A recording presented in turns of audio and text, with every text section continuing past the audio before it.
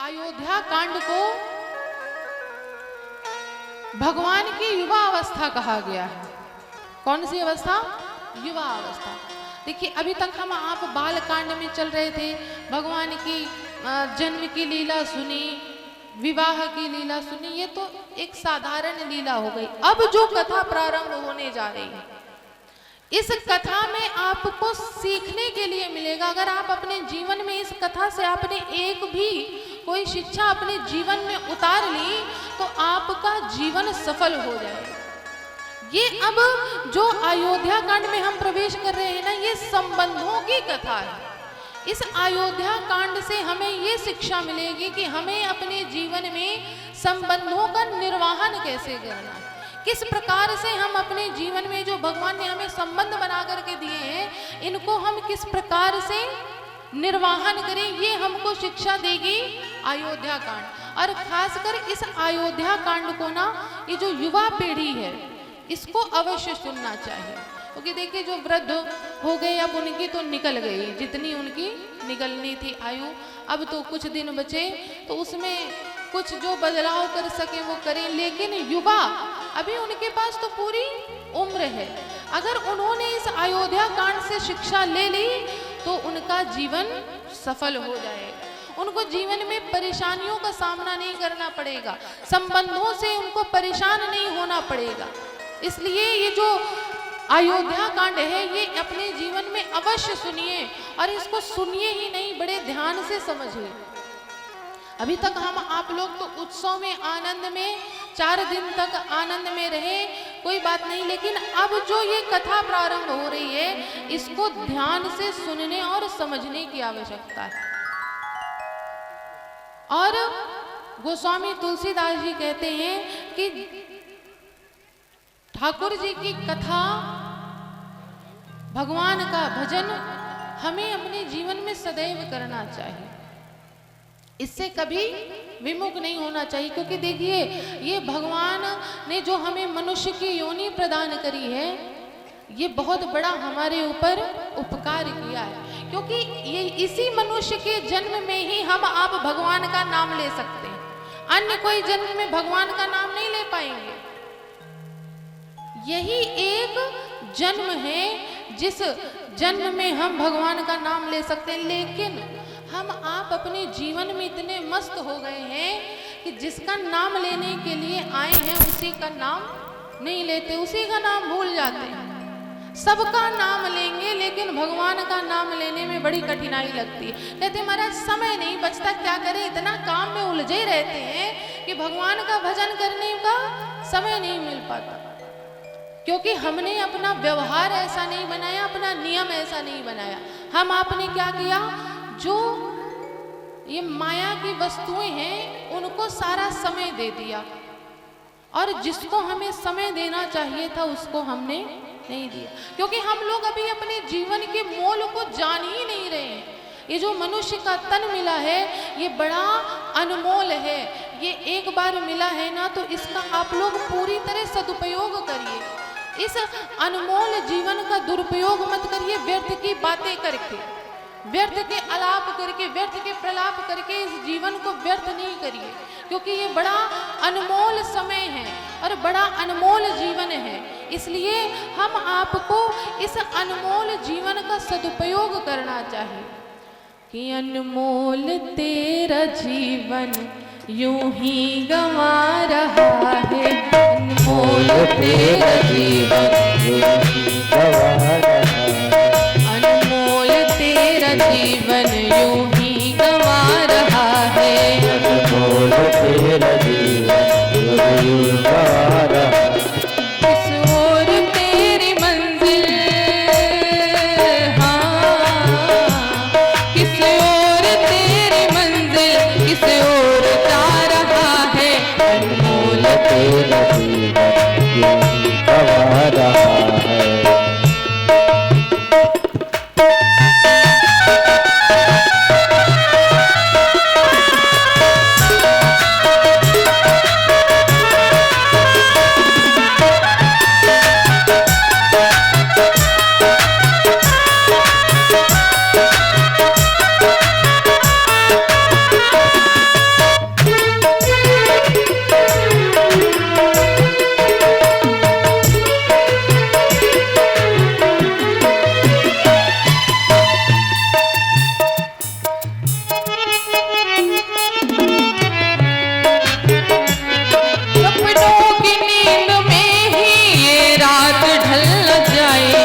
सपनों की नींद में ही ये रात ढल न जाए, सपनों की नींद में ही ये रात ढल न जाए, सपनों की नींद में ही ये रात ढल न जाए, पल भर का क्या भरोसा कहीं जान निकल न जाए, पल भर का क्या भरोसा कहीं जान निकल न जाए, पल भर का क्या भरोसा कहीं जान निकल न जाए, पल भर का क्या भरोसा कहीं जान निकल न जाए।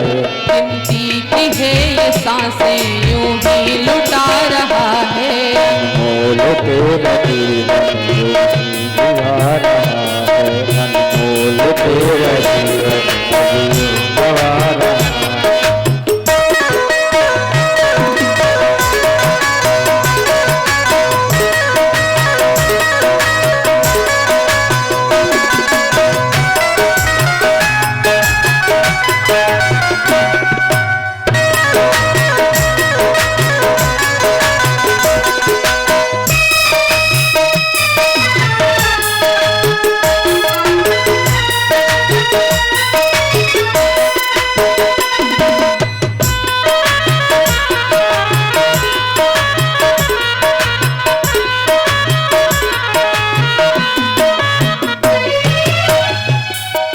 जाएगा जब यहाँ से कोई न साथ देगा, जाएगा जब यहाँ से कोई न साथ देगा, जाएगा जब यहाँ से कोई न साथ देगा, जाएगा जब यहाँ से कोई न साथ देगा, इस हाथ जो दिया है उस हाथ जाके लेगा, इस हाथ जो दिया है उस हाथ जाके लेगा, इस हाथ जो दिया है उस हाथ जाके लेगा, इस हाथ जो दिया है उस हाथ जाके लेगा। कर्मों की है ये खेती फल आज पा रहा है, अनमोल तेरा जीवन आज पा रहा है।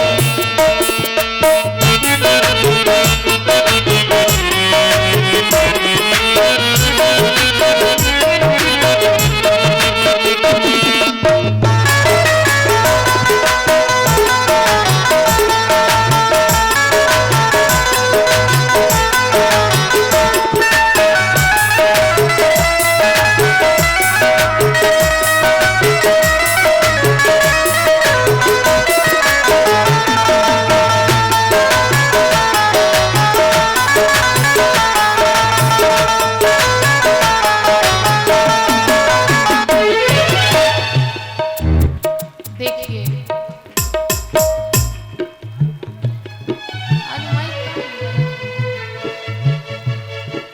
ये जीवन देखिए बड़ा अनमोल है। हम आप ना ये सपने में खोए हुए हैं। कौन से सपने में? अपने घर परिवार वाले सपनों में कि हमारा बेटा, बहू, पुत्र, पौत्रादि, पुत्री, जमाता, इन रिश्तों में ही खोए हुए हैं, उलझे हुए हैं। देखिए सबके जीवन में यही समय आता है जब देखिए बाहर अगर बच्चे रहने लगते हैं और कुछ दिनों के लिए घर आ जाते हैं तो उस समय माता पिता सब भूल जाते हैं, पूजा भूल जाएंगे, भजन भूल जाएंगे, हर चीज भूल जाएंगे। क्यों? हमारा इतने दिनों बाद बेटा आया है, नाती आया है, पोता आया है, तो उसको नाना प्रकार के व्यंजन बनाने में लगे हुए हैं। और जब समय मिला तो उन्हीं के लिए कुछ ना कुछ करने का सपना देखते रहते हैं कि हमारे बेटे के साथ और भी कुछ अच्छा हो जाए, इसके साथ और अच्छा हो जाए। इन्हीं चीज़ों में हम दिन रात लगे रहते हैं। ये भूल जाते हैं कि हमारा जन्म इन सब चीज़ों के लिए नहीं हुआ। करिए उतना जितनी आवश्यकता है। आपने बच्चे को बड़ा कर दिया, पाल पोस करके पढ़ा लिखा दिया, इस काबिल बना दिया कि वो अपना कमा खा सके, बस आपकी काम की वहीं तक की सीमा थी। अब उसके बाद आप अपना बनाइए। क्या बनाइए? जिस लिए भगवान ने ये नर्तन दिया है, ये भगवान की योनि प्रदान करी है। हम आप जीवन भर इन्हीं रिश्तों में उलझे रहते हैं और कब आंखें बंद हो जाती हैं पता नहीं चलता है। बाद में जब ऊपर जाते हैं, लेखा जोखा लिखा जाता है ना, तो क्या किया? तो हम तो अपने पुत्र, बहू, नाती पोते के मोह में फंसे रह गए, आपका नाम लेना भूल ही गए। एक जन्म और दे दीजिए, हम पक्का करेंगे। फिर दोबारा भगवान ने भेजा और फिर उन्हीं रिश्तों में उलझ गए। इसीलिए ये जो कथाएं हैं ना, सत्संग है, इसीलिए कराया जाता है कि हम ये जो दिन भर सदैव अपने जीवन में इन रिश्तों में, इस माया में उलझे हुए हैं, तो कुछ समय के लिए सही, कम से कम भगवान के चरणों में हमारी प्रेम तो बढ़े, प्रीत तो बढ़े, बाद में तो फिर उसी माया में खो जाना है। इसलिए ये जो भगवान ने हमको अनमोल जीवन दिया है, इसका हमें पूरी तरह से सदुपयोग करना चाहिए। किसको किसको लगता है कि भगवान ने हमको अनमोल जीवन दिया है, इस जीवन का कोई मोल नहीं है? किसको किसको लगता है? अनमोल तेरा जीवन यूं ही गंवा रहा है, अनमोल तेरा जीवन यूं ही गंवा रहा है, अनमोल तेरा जीवन यूं ही गंवा रहा है, अनमोल तेरा जीवन यूं गंवा रहा है, अनमोल तेरा जीवन यूं ही गंवा रहा है, अनमोल तेरा जीवन यूं गंवा रहा है।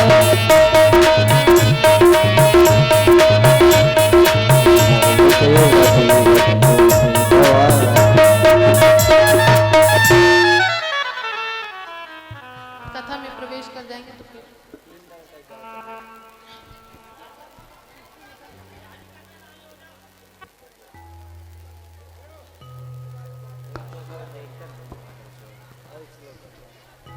Hello hello. और भाई शैलेंद्र सिंह सेंगर जी और भाई पप्पू यादव जी, नेताजी सतारी से हैं, जो हमारी राम कथा का जो सजीव चित्रण हम लोगों को विगत 4 दिनों से सुना रही हैं, श्रवण करवा रही हैं। आज पंचम दिवस है।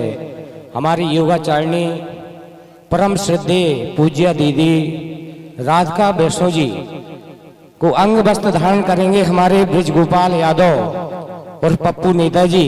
निकाल लो इसको, दीदी जी का इसको निकाल लो और यहाँ चढ़ा दो।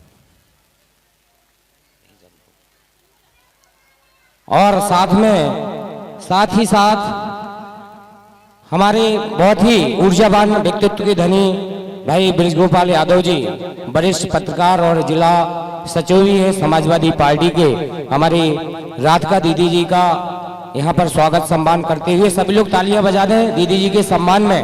और साथ ही हमारे यज्ञकर्ता श्री श्री 108 श्री महंत दास जी का भी सम्मान करते हुए वस्त्रंग यहाँ पर धारण करवाते हुए भाई नेताजी, और उनका आशीर्वाद लेते हुए यज्ञकर्ता जो कि महंत दास जी है। और साथ ही साथ हमारे बीच शैलेंद्र सिंह सेंगर साहब, वो भी हमारी दीदी का अंग वस्त्र के माध्यम से, और इस कमेटी के आयोजक समिति के जो अध्यक्ष हैं भाई राजा भैया सेंगर साहब का भी सम्मान करना चाहते हैं हमारे नेताजी, वो भी यहीं आ जाए। और हमारे शैलेंद्र सिंह सेंगर साहब द्वारा अंग वस्त्र धारण करते हुए हमारी दीदी पूज्य दीदी राधिका वैष्णो जी, कितनी और इसी साथ में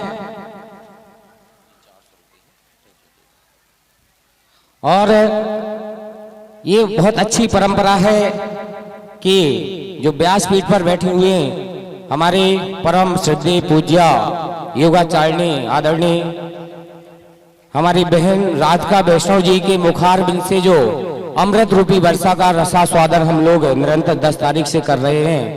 ये अद्भुत सहयोग है प्रभु का कि इस तरह से मानस मर्मज्ञ मानस वक्ता के रूप में हमारे बीच दीदी जी का पदार्पण हुआ।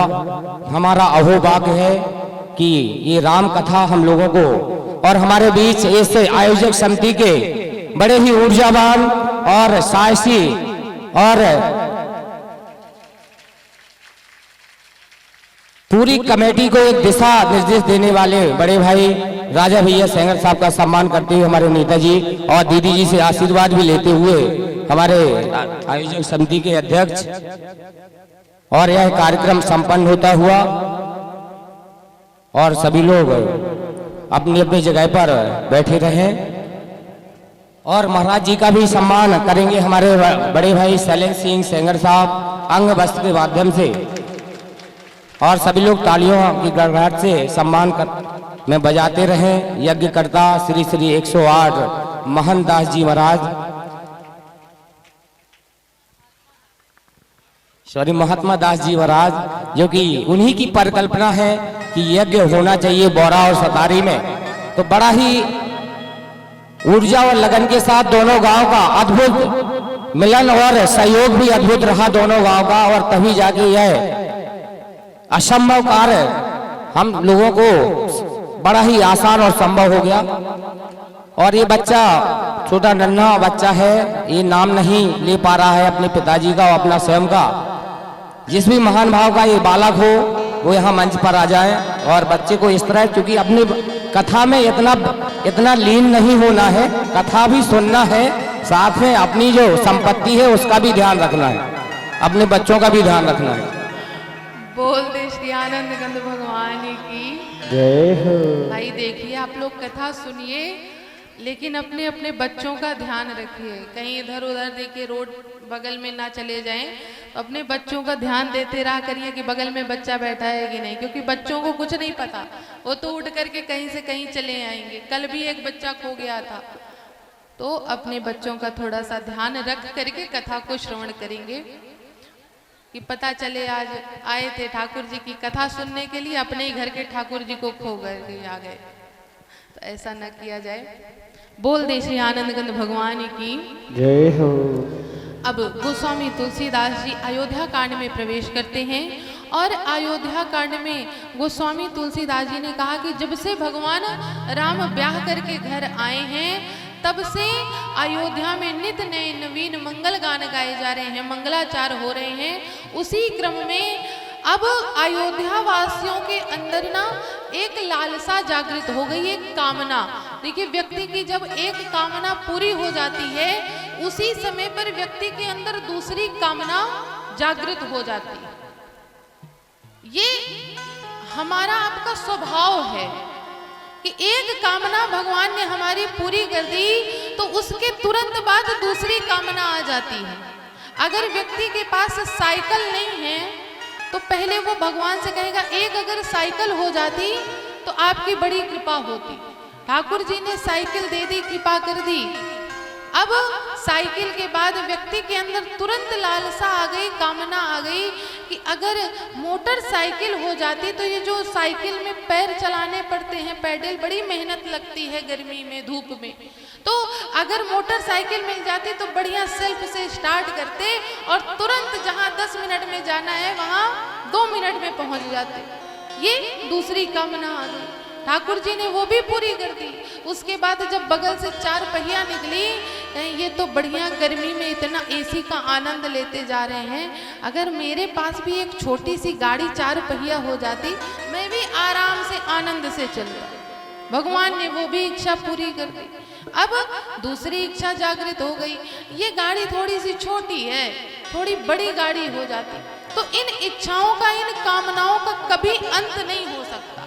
मरते मरते तक ये कामनाएं हमारे जीवन में व्याप्त रहती हैं, चाहे छोटे रूप में हो या बड़े रूप में हो। अयोध्या वासियों की देखिए, भगवान ने सारी मनोकामनाएं पूरी करी। राजा जी के यहाँ पुत्र नहीं थे, 4 पुत्र हुए। पश्चात उसके विवाह हो गया, ये भी मनोकामना पूर्ण हो गई।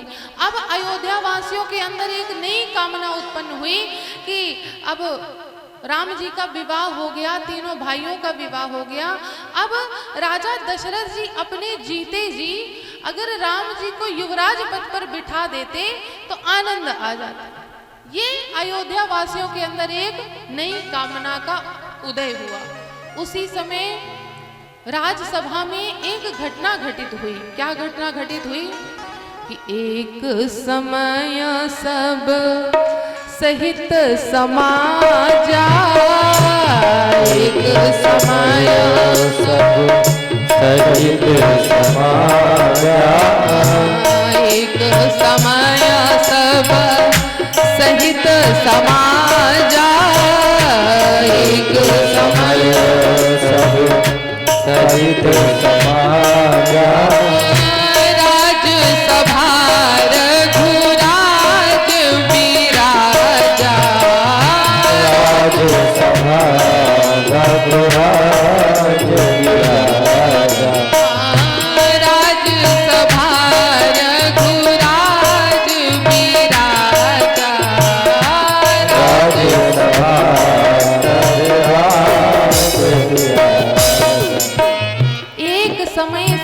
सहित समाजा। एक समय राजा दशरथ जी के राज दरबार में सारा समाज एकत्रित था। उसी समय पर राज दरबार में एक घटना घटित हुई। किसके साथ? राजा दशरथ जी के साथ। कौन सी घटना घटित हुई? ये जो राजा दशरथ जी का मुकुट सर पर विराजमान रहता था, उस सभा में बैठे थे। उसी समय पर राजा दशरथ जी का ना ये जो मुकुट है वो हल्का सा टेढ़ा हो गया। जब टेढ़ा हुआ तब राजा दशरथ जी ने उसको सही करने का प्रयास किया।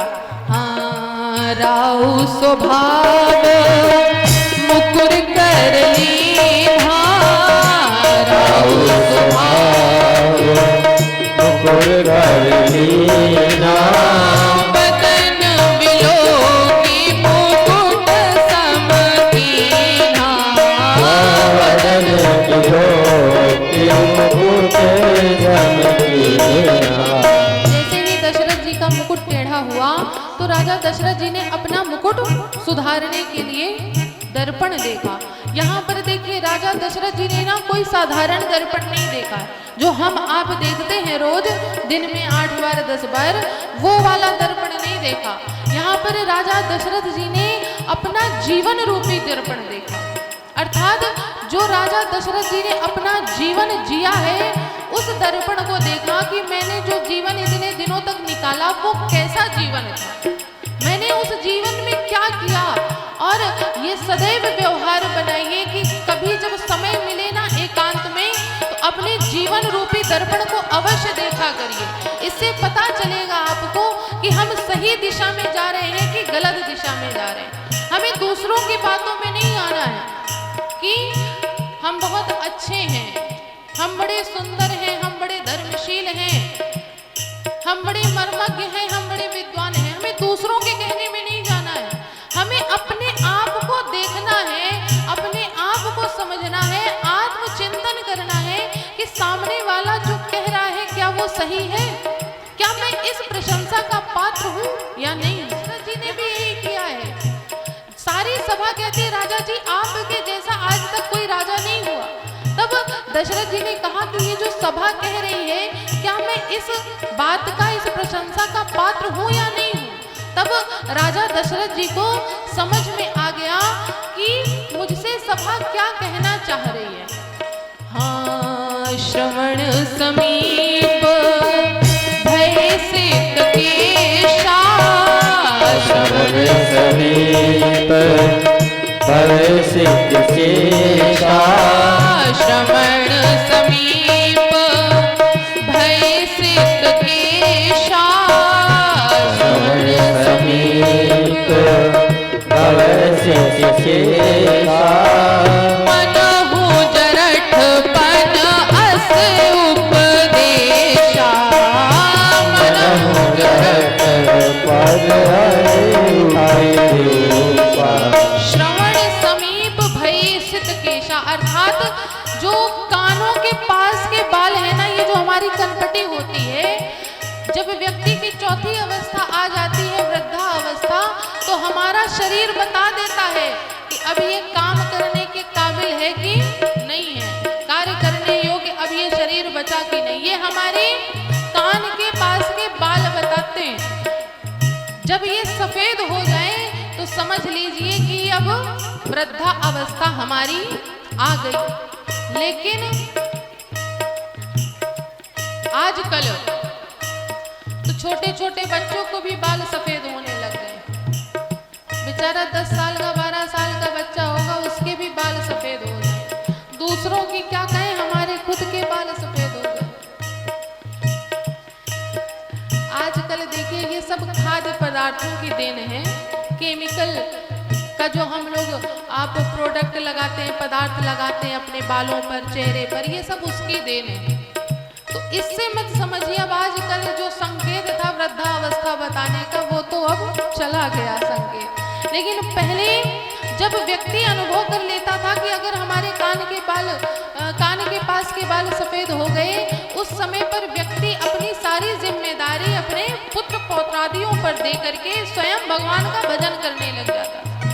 राजा दशरथ जी को भी ये समझ में आ गया कि अब मेरे कान के पास के बाल सफेद हो गए, अब समय आ गया है कि बैठा दो।